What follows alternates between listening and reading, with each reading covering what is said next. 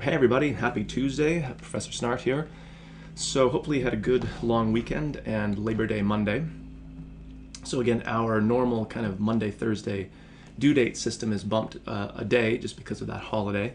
So we're still working on Unit 4 here, or depends on, I guess, when you're watching this, but I'm recording it on Tuesday morning.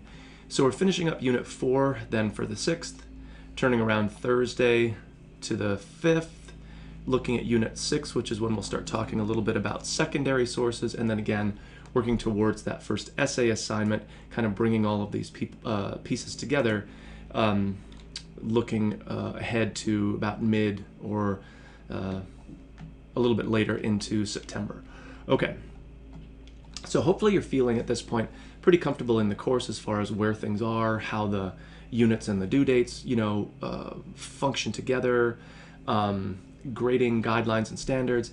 And one of my main concerns, obviously, is that the expectations for what you're required to do in any given assignment or quiz or whatever it happens to be are really transparent. So you're not guessing at things, and if you read carefully and take the time to work through the content, then the assessment piece, whether it's a discussion board, a quiz, the essay that we'll eventually write, paragraphs that we've been doing, whatever it is, reflects what we've been doing in class. So again, there's a direct connection between working through content, paying attention, watching the videos, reading the material and all that, and then that's sort of what you're tested on, even though it's not just like fill in the blank or bubble, the little Scantron bubble.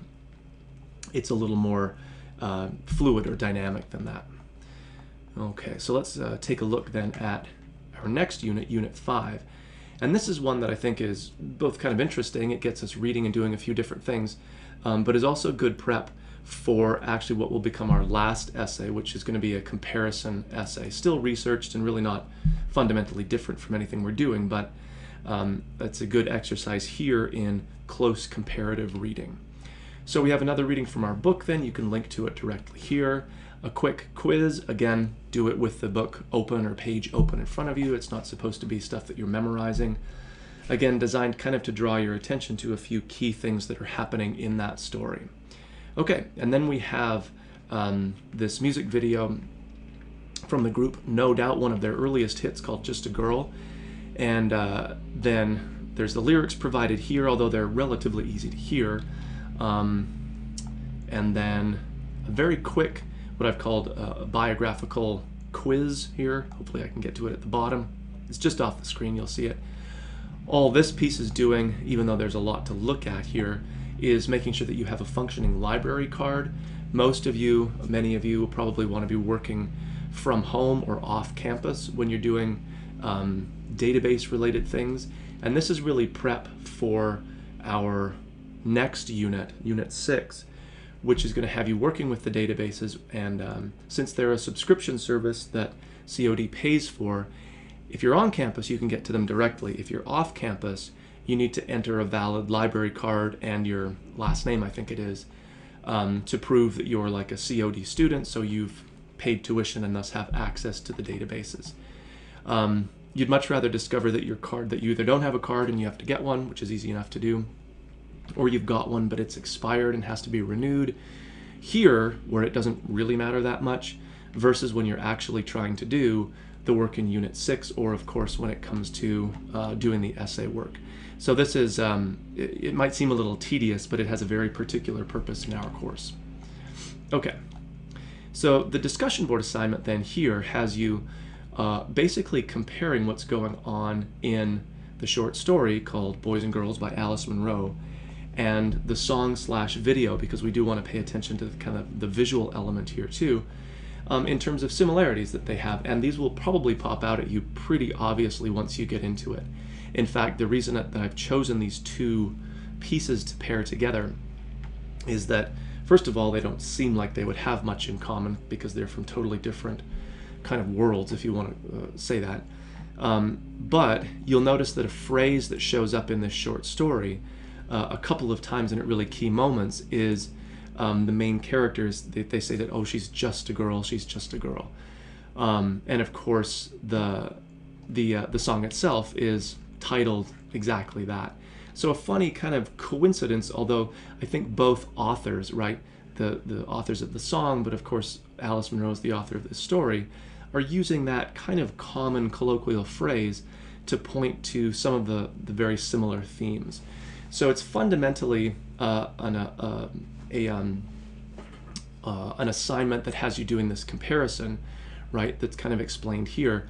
But it's really important then to go beyond just those really kind of broad comparisons, like they both deal with gender. Well, there's a lot of things that deal with gender, so that comparison doesn't show us very much that's interesting about how they're connected. We want to kind of go below the surface a little bit and find some of those really, really specific points of comparison.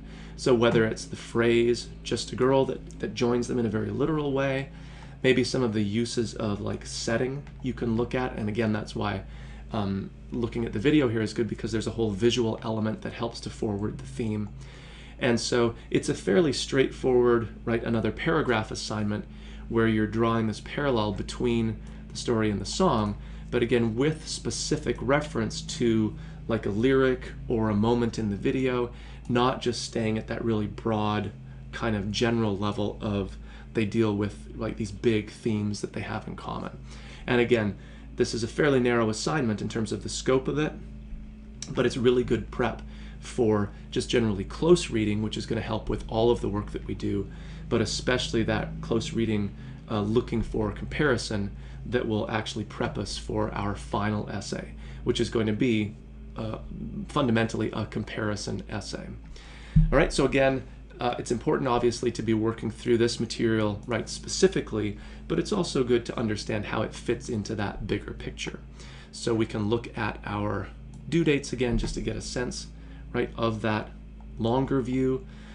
Again, units 5 and 6 are kind of the last pieces we want to put into place before we get to our first essay. And then you'll notice, like I said before, we don't then switch gears and do a whole bunch of different stuff. We actually turn around right into our final assigned essay. Unlike that first, though, which happens really as its own unit, the final essay unfolds over a number of our final units as we work through a number of different steps in that writing process. Okay, so I am still not feeling 100%. I'm not sure if that's still, you can still hear that or not, but hopefully soon. And as always, if you have questions or concerns or anything that you're just unsure about, by all means be in touch with me.